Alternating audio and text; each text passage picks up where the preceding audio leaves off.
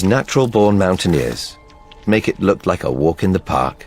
But imagine what it's like for a kid going up there for the very first time. He has no choice but to follow his mother. A fall would mean certain death. But step by step, he discovers he has an amazing grip. The higher he goes, the more vertical the face.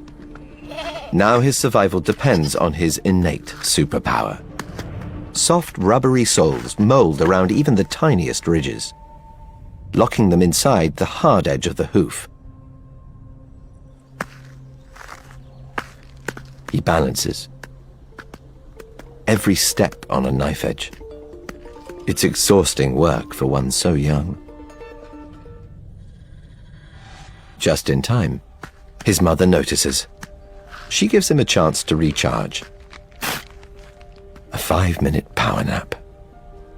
150 feet up. Finally, he reaches his goal.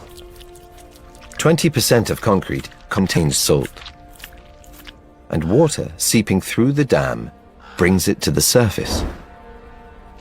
It may not look like much, but this mineral lake is crucial for the kid to grow up strong. Muscles and nerves replenished, his epic ascent is complete.